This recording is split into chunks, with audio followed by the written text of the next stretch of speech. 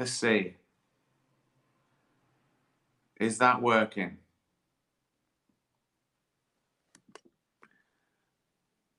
Is that working? You're saying yes. If you're lying. Fucking hell. Fucking shit. Fucking Wi-Fi. Fucking phone. Fucking coverage. Fucking shit. Bollocks. Fucking reboot.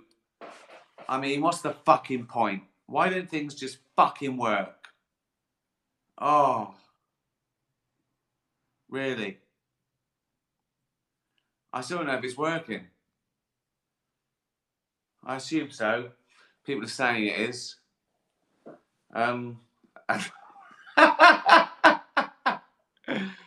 Jesus. I'm not doing this again. I'm going over to Instagram. I gave him a good chance.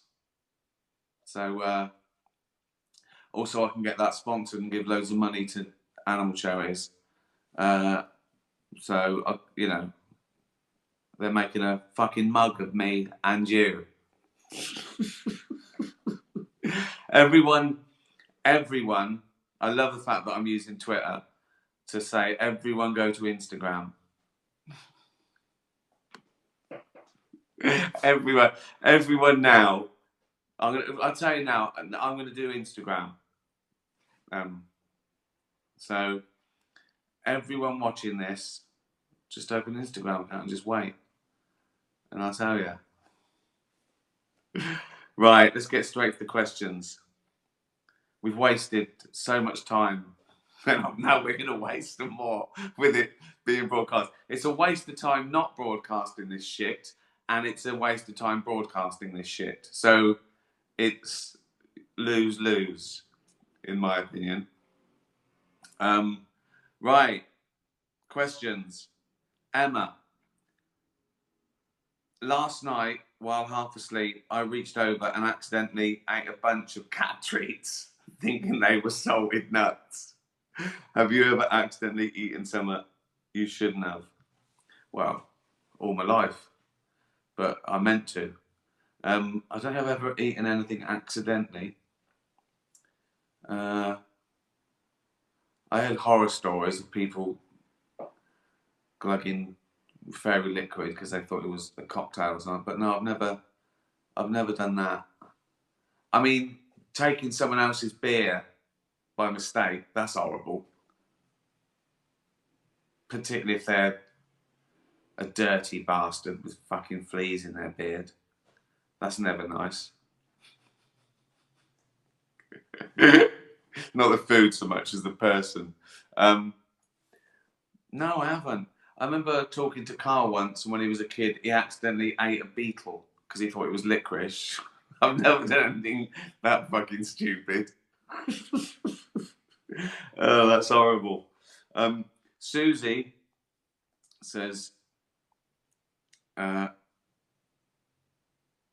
often ask if psychiatrists are watching. She says her friend is a psychiatrist and a fan of mine. That's nice. Do you think you would make a good psychiatrist? Don't know. Well, I think I'd try my best, and you know, if I'd learnt my trade, I would. But it'd be hard to be dispassionate, to give them the best advice, the best medical advice, where you want to go. There's a great bit in The Sopranos. Oh, I can't tell you, it's a spoiler alert, when he's talking to the psychiatrist. And you want her to tell him something. Anyone who's watched The Sopranos will know what I mean. It'd be hard. It'd just be impossible to not go home and go, oh, met someone today. Oh my God, the things he fucking told me. But I'd do that if I was a spy. I'd come and go, oh, fucking hell.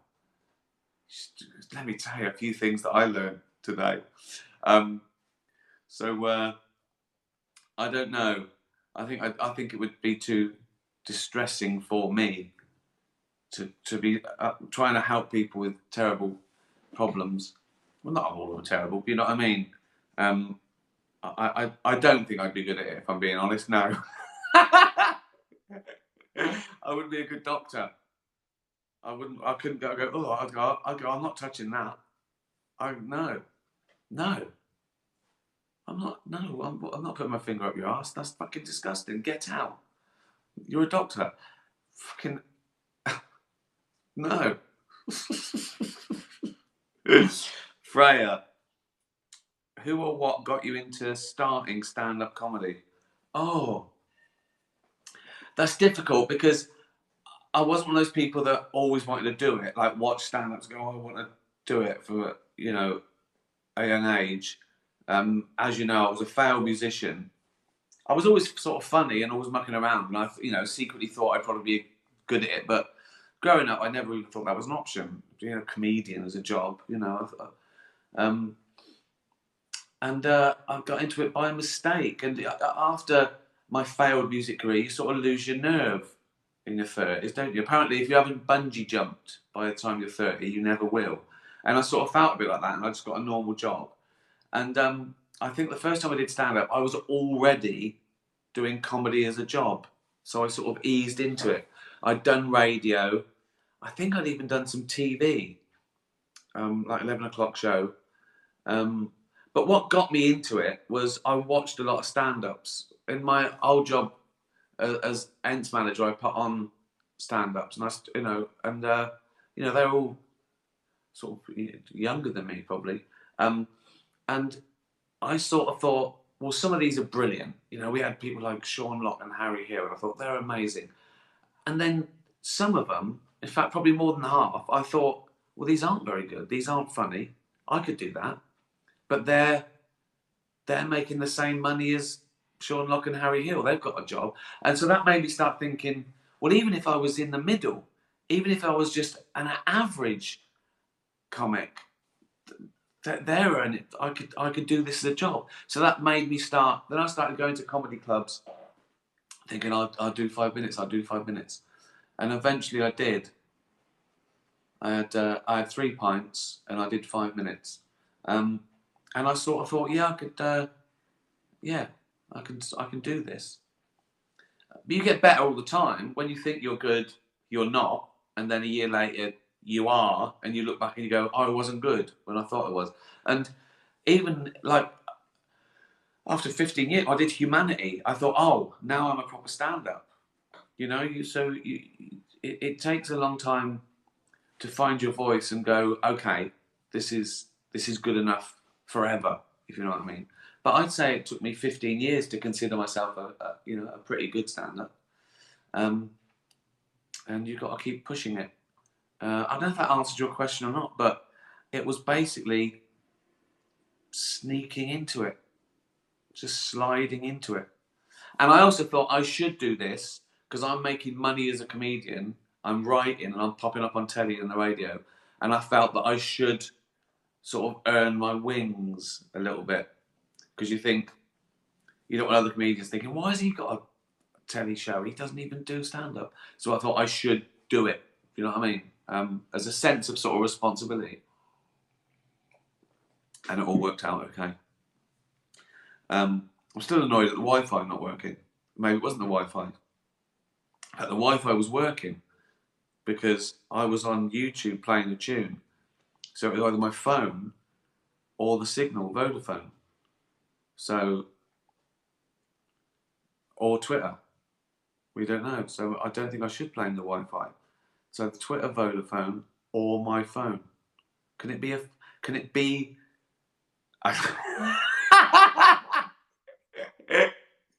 It's like seeing your granddad rant against something he knows nothing about.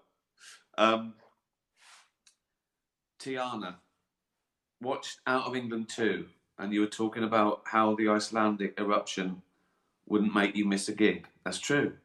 It erupted and I was playing Ireland, and I went by helicopter. Can you say the volcano's name or try? No, I can't. That looks like the cat has walked across my keyboard. EYJAFJ.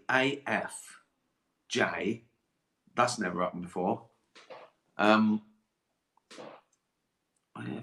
A double L A J O K U L L. Yafyalayakul. That was rubbish, wasn't it? I mean, there's just no way I got that right. There's no way. There's no point in having another go. A Ayafyalayakul. That sounded in my head. That sounded Icelandic. I had a go, all right. I had a go. Joey, you wake up and notice you've lost your independence. What? You and Jane are now dependent on one another. So wherever you go, you must go together. But you can only get around in one of the following ways, as you've also forgotten how to walk normally. Imagine me getting frustrated that I can't broadcast to read this shite. A, leapfrog, taking turns at being the frog. Wheelbarrow race, taking turns at being the wheelbarrow. Cartwheeling. Well, cartwheeling's the most independent, isn't it? Because we could both cartwheel along together. I'd choose cartwheeling. Fucking hell. Oh, Joey, you idiot. Joey's a cat. I forgive him. I forgive cats and dogs anything.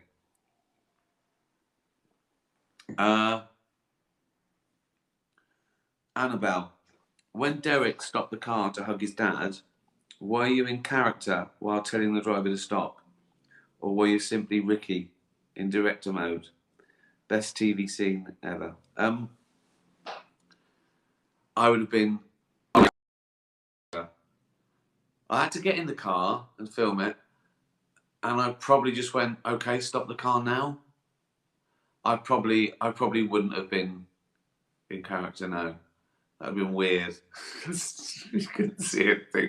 I've heard, I won't say the name of the director, but I heard from someone who was in a film with the director that they were shooting a scene in a play in this movie, and he made the people backstage act in character, even though the cameras weren't on them, but to stay in character. I felt stupid. I was, oh, I'm not doing that. That's mental. That's mental. We're all grown-ups here. Just say action, and I'll be ready. Yeah, I love doing that scene. Great. Ollie comic strip. What would your arch nemesis be like? What, you mean like in like a superhero film or something? Well, what do I... Well, he could be like a spider, couldn't he? If he was like a spider. If he had like fangs and 6 eyes and loads of arms, I wouldn't like him.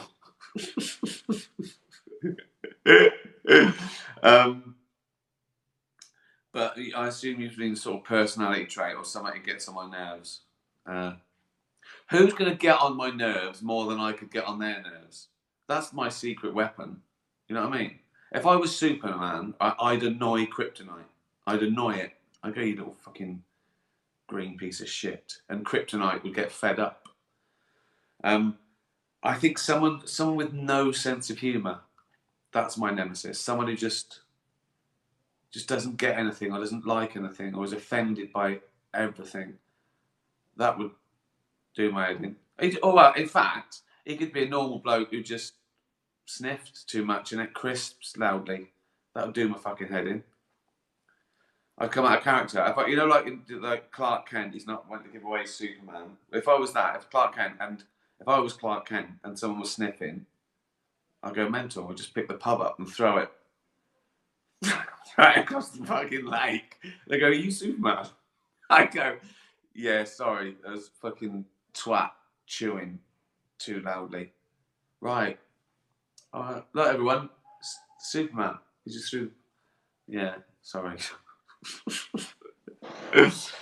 Rupert. Rupert. Hey, you sack of extraordinarily large, blubbering chaff. What is it? Walrus gonads. Oh, chafed walrus gonads. How's. Okay. How's your hanging fruit today? My thought-provoking topic is this. If you could halt time, fly around the globe, and alter one aspect of humanity and everyone, what would you change and why? Good question, Rube, you fat little fucking haggis. What would I change? It's a good one, that. Well, I could save the planet by just making everyone... No one could kill an animal. That would feed everyone. Just go like that. Everyone's vegan. That would save the planet, wouldn't it? And all the animals. Oh, that would be a pretty good one. It's sort of going that way anyway. But what will I do? Make everyone require evidence. I think a lot of things is based on mumbo jumbo. People believe fucking anything. But I think one of those. I was make everyone as worried about animal cruelty as me. Or logical. It'd be a nice world, wasn't it, if everyone just looked at the evidence. Everyone was fair. It's difficult. Or just ask everyone to give me £1. That'd do, wouldn't it? I want to change my first two answers. Everyone buys me a drink. Just everyone buys me a drink. Wherever I am in the world. Yeah, cheers. Just get my drink off everyone. I'd change the fucking Wi-Fi. Change the phone signal. I'd make Vodafone fucking work in Hampstead. Oh dear. Gunnar, you and I are teamed for a bridge game against Stephen Hawking and Bruce the Unicorn. Who the fuck's Bruce the Unicorn? You discover a way to cheat to guarantee us a win. Do we cheat? No, because I've already blown it by you being in on it. I've watched enough films where, you know, people like mafia, they do a hit together, and then one of the ones get worried about the other one knowing, so he has to kill him as well. So I'd have to, if I cheated, I'd have to do it by myself. Not the cheat. I wouldn't cheat. Let's say that I wouldn't cheat. But if you're in on it, I can't trust you, Gunnar. Because one day I'll go, Gunnar knows that I cheated. I have to get rid of Gunnar. So, no, we don't cheat. We just lose to Stephen Hawking and Bruce the Unicorn. What is this? Why did I care about this being broadcast? My battery's running now as well. We're nearly done anyway. My eyes are stinging. Guess why? I had some bubble bath. Yeah. The tooth still aches. I've got a fucking bunion. I've got Jane to test my temperature twice. She said normal. Well, I feel hot, so maybe the thermometer's broken, like every fucking thing else in the world. Right. Last question. Oh no, I've got two. There's Bella to come. Kermit, what options would you come up with if you could right-click people? I don't know what it meant. I had to ask what it meant. It meant like on social media you can mute someone or something. That'd be good. I'll tell you what it is. If I see someone coming, I don't know what equivalent this is, right? But they don't see me. I sort of make myself invisible. I just walk past them. I go, oh no, it's fucking Rodney from accounts. Oh, he's a boring twat. I'm invisible. Rodney just looks around. I just walk past him. Do that one. Whatever equivalent that is. Whatever button that is. Invisibility. Quick. And then carry on. Right, last question. Bella. Bella the Bedlington Whippet. You win a competition for a free hair transplant. Cheeky. I'd never do it. I'll just go bald and I'll just shave it. It's getting pretty bad. I can get away with it if I style it, put some product on it. But yeah, I'll just buzz it off. Anyway, you win a competition for a free hair transplant. The only requirement is that it has to be from one of the following dogs. 1, poodle, curly. I look like Fred West if I had curly hair. Can't do that. 2, Afghan hound, long and sleek. So I've got to leave it sort of long, like an Afghan hound. Hungarian sheepdog, dreadlocks. Can't do that because I'll get accused of cultural appropriation. Right. I go, that's not yours, that's a Hungarian sheepdog's.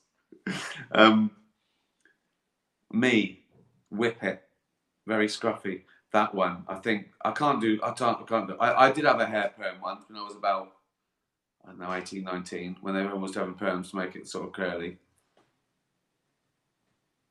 It didn't work. I did have sort of like, they weren't quite dreads, but I had those extensions. That didn't work. They itched. I pulled them out. Had them taken out.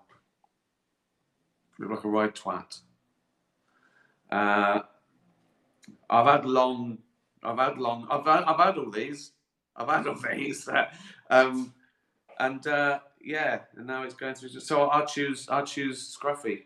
I better to whip it. I like that, the scruffy look. Quite punk, isn't it? Yeah. Well, that's what you could have missed tonight if we hadn't got this working. Now, traumatic. I feel ill. I'm hungry. Fucking Wi-Fi's going. The battery's going down. Absolute shit. From cats and dogs. Couldn't play the song again. I'll play that song. I'll play that next time. Nearly over. Nearly over, isn't it? What's over? Oh, for fuck's sake. I'm just saying, the pandemic's nearly over. Is it? Proper breakdown. Oh, no. Yeah. Oh. What's happening? Well, we got a little vaccine, Colin. Oh, yeah. What's that for? Well, we're going to inject it in people and it's going to kill a virus. What virus? You fucking little cunt. You horrible little piece of shit. It's going to kill you, Colin. Okay? Yeah. Now fuck off. Merry Christmas, everyone.